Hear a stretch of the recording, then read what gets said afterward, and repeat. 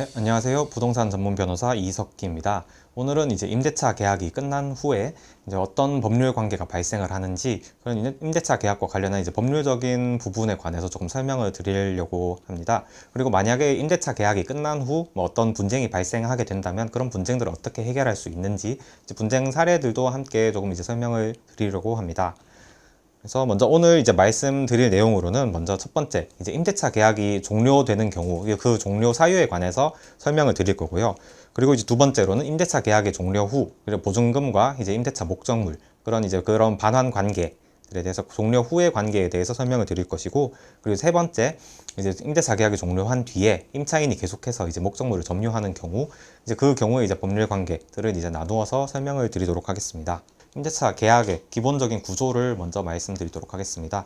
임대차 계약이라고 하는 것은 이제 어떠한 임대차 목적물을 빌리는 계약인데, 임대차 목적물은 이제 건물이 될 수도 있고 토지가 될 수도 있고 아니면 물건이 될 수도 있는데, 뭐 그런 어떤 물건을 이제 다른 소유자에게서 이제 빌리는 형태의 모든 계약을 이제 임대차 계약이라고 통칭을 하고 있습니다. 그래서 이제 일부분은 이제 계약이기 때문에 이제 임대차 목적물이 이제 그 규정되는 법률은 이제 기본적으로 민법이 적용이 되는데, 이제 특수한 경우에 있어서 이제 주택이나 상가 같은 경우에는 이제 주택임대차보호법, 그리고 이제 상가건물 임대차보호법, 이제 그런 이제 특별법들이 적용되는 경우가 있습니다. 그래서 이제 임대차 계약이 처음 맺어지게 될 때는 이제 임대인과 임차인, 그 소유 건물의 소유자가 이제 임차인과 건물의 인도 시기, 기간, 얼마만큼 기간을 할 것이냐, 아니면 이제 보증금을 얼마를 두고 차임을 얼마를 두고 기본적인 내용들을 정해두고 임대차 계약을 체결을 하게 되고, 그때부터 부동산을 임대받은 시기부터 이제 임차인의 임대차 계약이 시작이 되게 됩니다. 임대차 계약이 이제 체결이 되고 난 다음에는 이제 임대차 계약이 이제 기간 만료로 종료가 되게 될 텐데, 그런 이제 임대차 계약이 이제 종료가 되는 사유에는 이제 몇 가지 형태들이 있습니다. 먼저 이제 임대차 계약의 기간이 또 먼저 정해진 기간이 다 종료되는 경우, 아니면은 임대차 계약에서 정한 사유들 몇 가지 사유들이 있을 텐데, 그런 목적물을 그 정해진 목적 외에 사용을 했다든지 아니면 불법으로 뭐 증축을 했다든지 그렇게 이제 계약에 어긋나는 행동을 했을 때 임대차 계약이 종료되는 경우가 있을 것이고, 아니면 이제 법률에 정해진 대로 그 주택임대차보호법 같은 경우에는 이제 2기 이상의 차임을 연체했을 경우 이제 법정 해지 사유가 되고, 상가 건물의 경우 3기 이상의 그 차임을 연체했을 경우 계약에 종료되는 사유가 됩니다. 결과적으로 이제 계약 해지 사유는 이제 법정 해지 사유와 약정 해지 사유 두 가지로 나뉘는데, 아까 말씀드린 대로 이제 차임을 연체했거나 아니면 기간이 만료되었거나 아니면 이제 목적 외에 부정하게 사용했거든지 뭐 그런 내용들이 발생을 하게 되면 이제 임대인은 임차인에게 이제 계약 해제를 청구를 할 수가 있게 됩니다. 첫 번째 이제 임대차 계약의 이제 종료 사유에 대해서도 이제 같이 말씀을 드렸는데, 임대차 계약의 종료 사유가 발생을 하더라도 이제 임대인이 그거를 임차인에게 임대차 계약이 종료되었다라고 통지를 하지 않으면은 자동으로 임대차 계약이 종료되지는 않습니다. 그래서 이제 묵시적 갱신이라고 많이들 알고 계시는 부분이, 임대인이 이제 임차인에게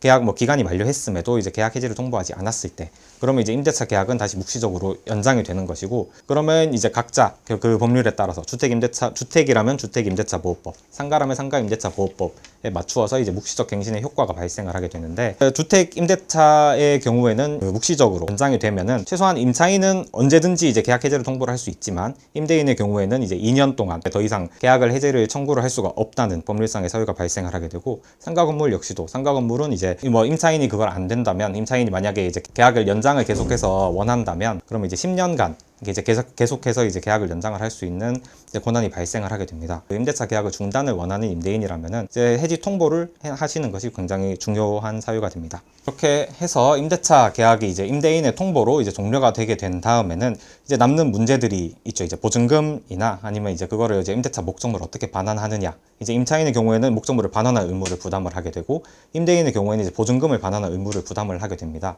그래서 이제 그 관계를 서로가 서로에게 의무를 부담하기 때문에 이제 그 이행을 이제 동시이행의 관계라고 이제 민법에서는 표현을 하는데, 서로가 동시에 이루어진다는 말이죠. 쉽게 얘기를 해서. 그래서 임대인은 이제 그 임차인에게 돈을 돌려주면서 남은 보증금이 있다면 보증금을 돌려주면서 내 건물을 다시 돌려달라, 내 물건을 다시 돌려달라 라고 요청을 해야 되는 것이고, 임차인의 경우에는 마찬가지로 임대인이 만약에 보증금을 주지 않았다 라고 하면은 나는 보증금을 받을 때까지는 내가 점유하고 있는 이 건물을 돌려주지 못한다 라고 이제 항변할 권한이 생기게 됩니다. 그래서 이제 동시 이행 관계라고 하고, 임차인이 이제 보증금을 받을 때까지 이제 임차 목적물을 점유할 수 있는 권한을 이제 동시 이행의 한변권이라고 얘기를 하는데, 그 임차인에게 조금 유리한 규정이죠. 왜냐하면 이제 뭐그 보증금을 받을 때까지는 이제 그거를 어느 정도는 담보 목적으로 이제 가지고 있을 수 있는 거니까 담보 목적도 있고 그리고 거기서 거주할 수 있는 권한도 발생을 하기 때문에 임차인에게는 이제 유리한 권한입니다. 그리고 그 이후에 만약에 이제 임대인이 보증금을 다 돌려주면서 임대차 계약을 해지를 하자라고 얘기를 했어도 그 후에 이제 그렇다면은 임차인은 임차 목적물을 원래 원 상태 그대로 반환해야 될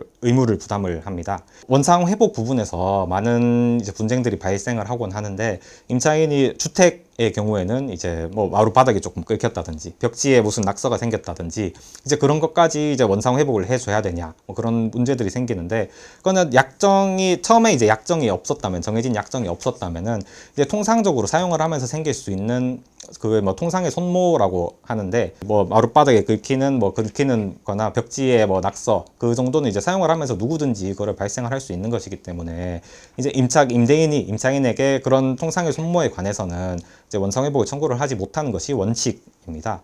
근데 다만 이제 임차인이 조금 고의적인 그 목적물을 훼손한 경우 예를 들자면 원래 있는 뭐 가스레인지나 아니면 뭐 그런 기타 가전을 모두 설치를 해줬는데 가전들을 모두 고장을 내고 갔다든지 아니면은 뭐 기둥이 뭐 심각하게 파손이 됐다든지 이제 그런 눈에 띄는 부분들 이제 정해진 것도 없고 법률이 규정이 된 것도 없고 아마 계약에도 그런 내용들을 정해지지 않았을 텐데 그건 뭐 지극히 일반적인 상식선에서 생각을 하시면 될 것 같아요.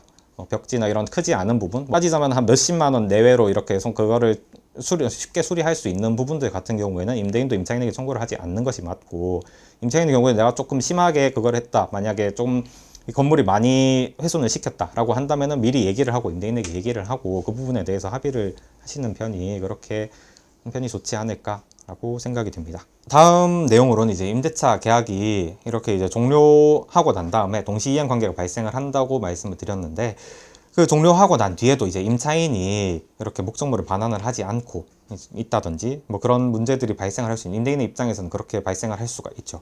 그런 경우에는 이제 퇴거를 청구를 하는 것이 법적으로는 조금 복잡하게 되어 있어요. 그래서 그런 많이 문의를 주시는 부분들이 이거를 내가 보증금까지 다 반환을 했는데 보증금 반환해 준다고 말을 했음에도 불구하고 임차인이 나가질 않는데 그러면 어떻게 처리를 해야 되냐 경찰에 고소를 하면 되는 것이냐 라고 이제 문의들을 주시는데 이게 뭐 형법상 퇴거 불응죄가 문제가 될 수는 있습니다. 그래서 임대인은 어쨌든 그 건물의 소유자이기 때문에 임차인에게 내 건물에서 나가라 라고 이제 청구를 할 수 있는 권한은 생기는데 이게 임차인이 처음부터 이제 임대차 계약을 체결을 하고 자기가 이제 거기 어쨌든 주거를 할 목적으로 들어왔기 때문에 권한 자체가 불법적인 권한은 아니기 때문에 사실 형법상의 문제가 되기는 조금 어렵다고 볼 수 있습니다. 나간다고 하면 그 아무리 뭐 보증금을 주고 내보내려고 해도 안 나가는 임차인이 있다고 한다면은 그게 속은 많이 상하시더라도 이게 뭐 형법상으로 이제 경찰을 불러서 그렇게 해결될 문제는 아니고 민사 소송을 통해서 이제 해결해야 될 문제가 발생을 합니다.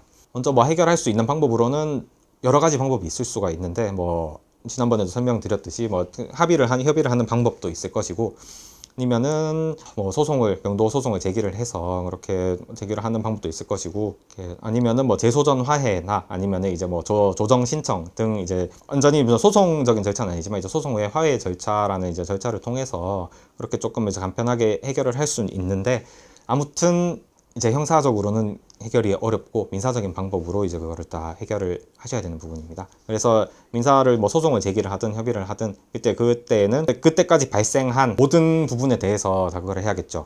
만약에 이제 임대차 계약 종료된 후에도 이제 계속해서 임차인이 목적물을 점유를 하고 있다라고 한다면 이제 점유한 기간 동안에 이제 차임을 다 청구를 해야 될 것이고요.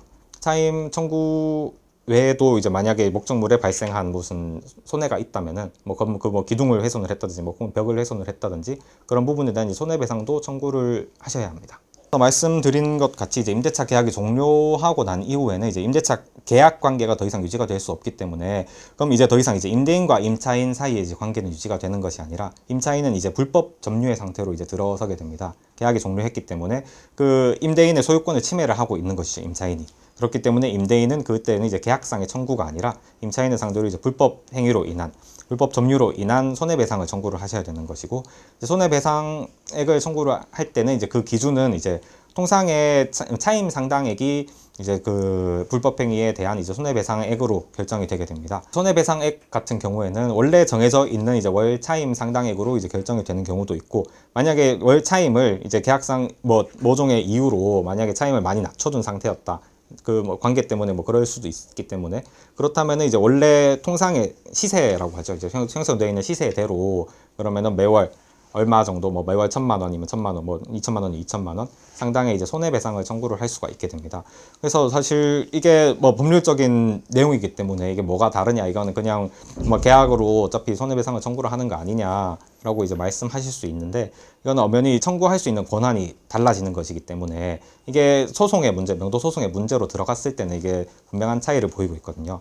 이게 임대차 계약이 유지되는 것을 전제로 한다면은 이제 계약상의 청구가 되는 것이고 임대차 계약이 종료하고 난 이후라라고 하면은 이제 그 불법행위에 의한 손해배상 청구가 되는 것이어서 계약이 유지되는 걸 전제로 한다면은 계약에서 정해진 차임만큼밖에 청구를 할 수가 없지만은 이렇게 종료된 이후에 불법행위로 인한 청구라면 감정을 통해서 원래 정해진 대로 원래 시세대로의 차임을 청구를 할 수가 있기 때문에 뭐 소송 단계에 들어가서는 이제 굉장히 큰 차이를 보이는 것이라고 할 수 있습니다. 네. 작가님은 이제 쇼츠가 터졌다. 네, 네. 조회수가 뭐 네. 거의 올라왔다고 해서 많이 가까워졌어요. 네. 네, 그래서 혹시 주변에 네. 그런 반응이 어떻게? 네. 이제 뭐 유튜버 된 걸 축하한다. 네. 뭐 이런 말들이 있던가요? 사실은 제가 많이 제가 쇼츠를 찍었다 하고 좀 봐달라 해서 이제 주변 분들한테 많이 이제 그렇게 뭐 좆댓 구할이라고 표현을 하더라고요. 이제 네, 좆댓 구할 좀 해주세요 하고 어, 그렇게 얘기는 했는데 정작 부끄러워서 제가 아직까지 영상을 다 본 적은 없습니다. 아직까지 봐주신 분들 다 감사합니다. 네. 앞으로도 열심히 하겠습니다.